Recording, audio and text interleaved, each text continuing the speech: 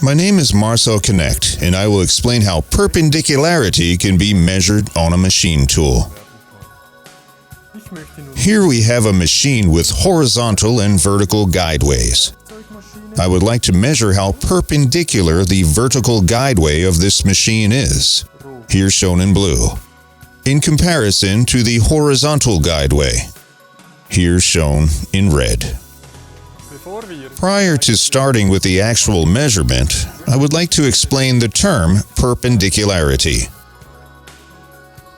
Perpendicularity is not defined as an angle, but as follows. First, you measure a reference line, here on the red horizontal guideway. And afterwards, a line on the blue vertical guideway. In our example, the measured values of the reference line on the red horizontal guideway are aligned according to endpoints. Perpendicularity is now defined as the smallest distance of two lines which are perpendicular to the reference line and which accommodate all points on the vertical line. This is the official symbol for perpendicularity. It is read as follows. The reference line is defined by the outward triangle, here the lower side. The side which has to be perpendicular to the reference is defined by an inward triangle, here the right-hand side.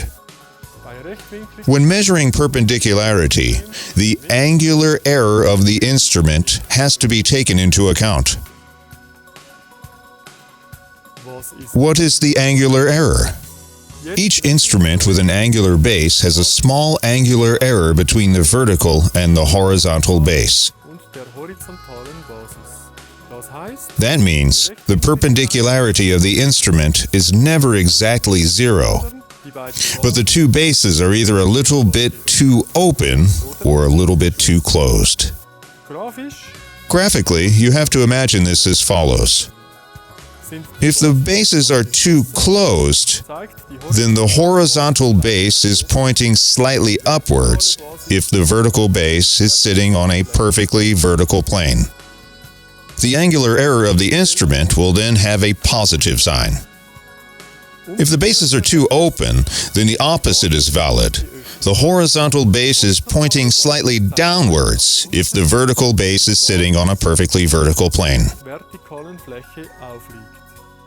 The angular error of the instrument has a negative sign. The angular error can change over time. For example, if the temperature changes, or due to wear and tear of the surfaces of the bases. In order to use the correct compensation value, the currently correct angular value has to be known. For a new instrument being used at 20 degrees Celsius, or 68 degrees Fahrenheit, and for which a long-form certificate has been established, the angular error can be taken out of the certificate and can be entered in the software as a correction value. If the instrument is not new or is used at temperatures other than 20 degrees Celsius, the correct value has to be determined by a measurement. To do this, we require a very accurate reference, a so-called master. On this master, we have to carry out 4 measurements. A reversal measurement on the top of the master, and 1 measurement each on the left and the right vertical sides.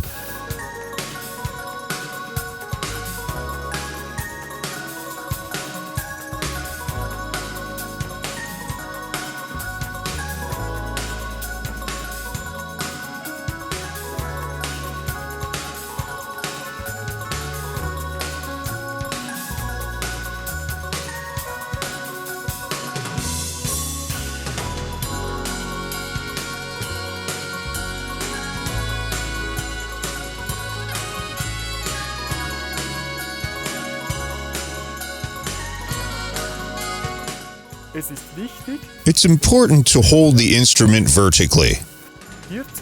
We can use the cross vial to verify this.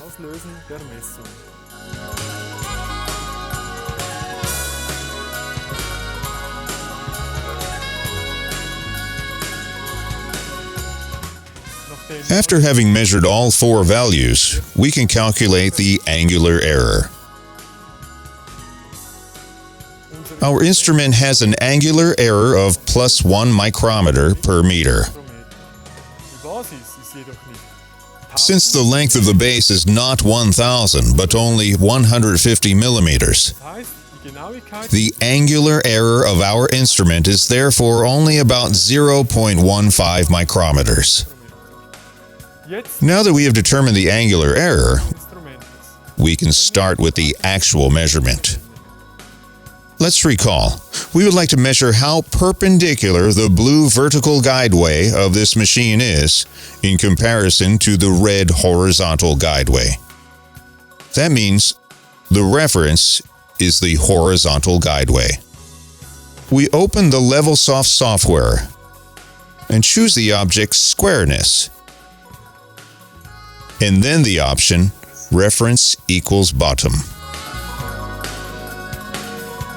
The horizontal guideway has a length of 1,125 millimeters, with a base length of 150 millimeters and a step length of 125 millimeters.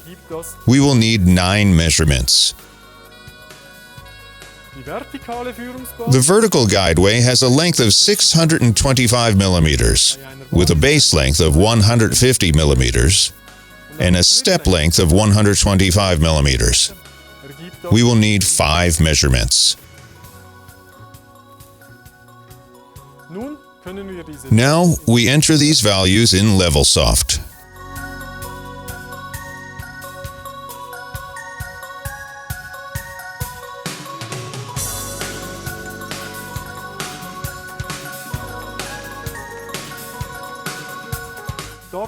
Since we have just determined the current angular error of our instrument,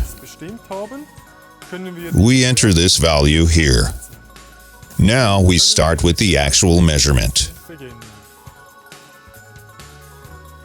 Important: instruments with angular bases are prone to be heated up by the body temperature of your hands. We strongly recommend not to touch the base, but to use gloves or a rag.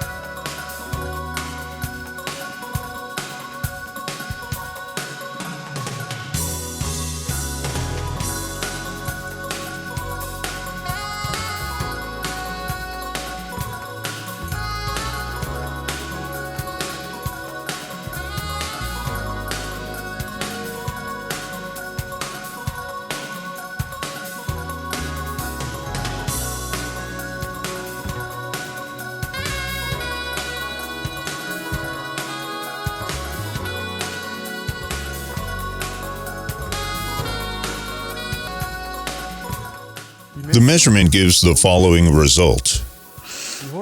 The horizontal guideway, which is the reference, is shown to the right with a red line. It has a straightness error of 9.92 micrometers. The vertical guideway, shown to the left in blue, has a straightness error of 1.64 micrometers. To calculate the perpendicularity, the software adjusts to the reference line and calculates the deviation of the vertical line. To adjust the reference line as well as the vertical line, there are 3 methods: adjustments according to ISO 1101, adjustment according to endpoints, and adjustment according to regression. Consequently, there are possible combinations with a total of 9 values. I would like to refer to our video Straightness, where these 3 methods are explained in more detail. In our example, we choose the adjustment according to endpoints. We therefore press F8. The software is now showing us the perpendicularity for the three options of the vertical line.